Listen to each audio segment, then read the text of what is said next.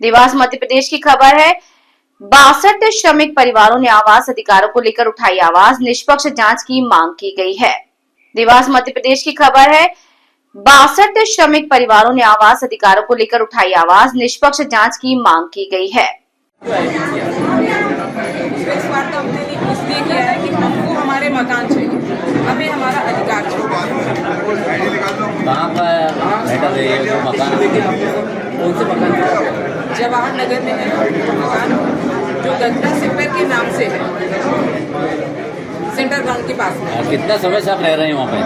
हमें पूरे हो गए 46 साल। पूरा विस्तार से आपने वहाँ बताया कि जवाहर नगर में हम रहते हैं, इस प्रकार का मकान है, इस प्रकार का हमने पैसे जमा करे हैं और हमसे मकान खाली करवाना है। हमारे साथ मतलब एक धोखाधड़ी हुई है।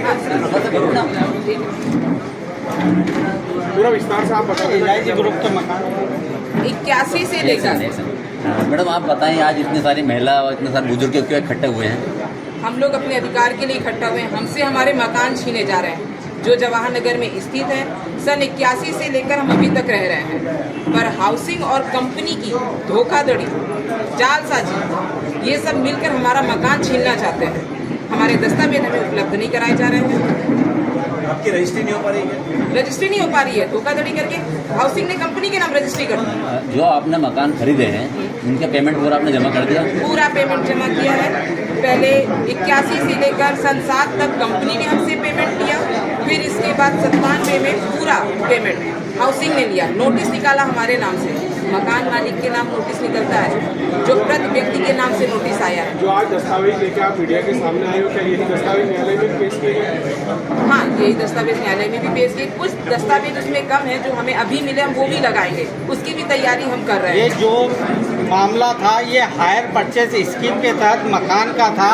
वो हायर परचेज स्कीम हमको लेट मिली, उसकी गाइडलाइन ये हमको लेट मिली, इस वास्ते उस संबंध में ये नहीं है। हाउसिंग बोर्ड और गजरा गेट दोनों ये बोल रहे हैं कि ये मकान हमने हायर परचेज पे, हायर परचेज की गाइडलाइन आप लोगों के सामने समक्ष है।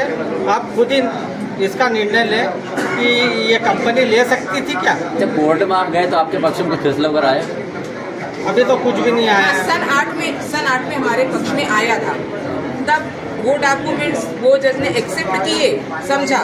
सन 8 के बाद कंपनी जान गई कि अब हम डॉक्यूमेंट से नहीं जीतेंगे, तो वहाँ पर सीधे धांधली चलने लगी। ये तो खुला हम बोल सकते हैं क्योंकि दिख रहा है ये। तो आप बोल रहे हैं आपके साथ कुल मिला के धोखाधड़ी की गई है? धोखाधड़ी, बहुत बड़ा स्कैम हुआ है। अच्छा, इसके लिए आपका कोई जनप्रतिनिधि है, सांसद या विधायक के पास आप गए थे? हम सबके पास गए हैं, कोई प्रतिनिधि बचा नहीं है, पर अभी तक किसी क्या आश्वासन मिला आपको उन लोगों कोई से? आश्वासन सभी नहीं मिला। बोला गया है न्यायालय में, कोर्ट में आपका केस चल रहा है, इसमें हम कुछ नहीं कर सकते। अब आप क्या चाहते हैं? हम रजिस्ट्री चाहते हैं। आपके घर की रजिस्ट्री चाहते हैं, और अगर रजिस्ट्री नहीं मिली तो ये भी निश्चित है कि हम एक बहुत बड़ा आक्रोश करेंगे, धरने में बैठेंगे, जिसका पूरा श्रेय जाएगा हमारे जनप्रतिनिधि और प्रशासनिक अधिकारियों को, क्योंकि हम पहले उनके पास खड़े हुए अपना अधिकार मांगा है।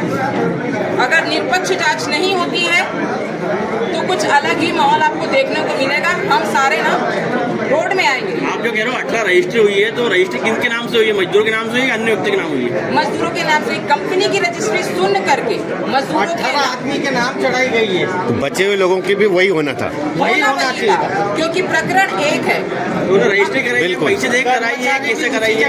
नहीं, कोई पैसे नहीं दिए। जज साहब ने नहीं करिए, इसमें जज साहब नहीं कराइए। जब 18 लोगों की हुई है तो बाकी लोगों की भी वही होना चाहिए। वही होना चाहिए, मगर वही चीज नहीं हो रही है, वह सुनवाई नहीं हो रही ना तो हमारी। इस मामले में आपके वकील का क्या कहना है? वकील तो प्रयास कर रहे हैं, मगर जो दस्तावेज छुपाए गए हैं वो हमको मिल जाए। दस्तावेज वकील निकलवाएगा ना, वकील को निकलवाना चाहिए ना। अरे वो वकील ने भी बोल दिया, ये कर दिया, RTI लगाया, कुछ भी नहीं हो रहा है।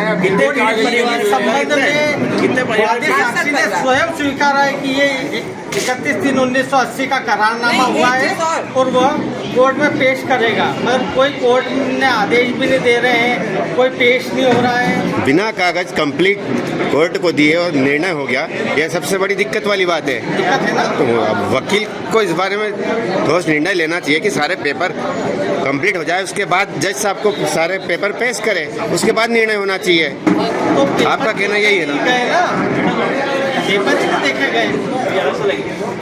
पेपर लेने का प्रयास वकील करेगा, वकील को निकलवाना चाहिए ना आपके।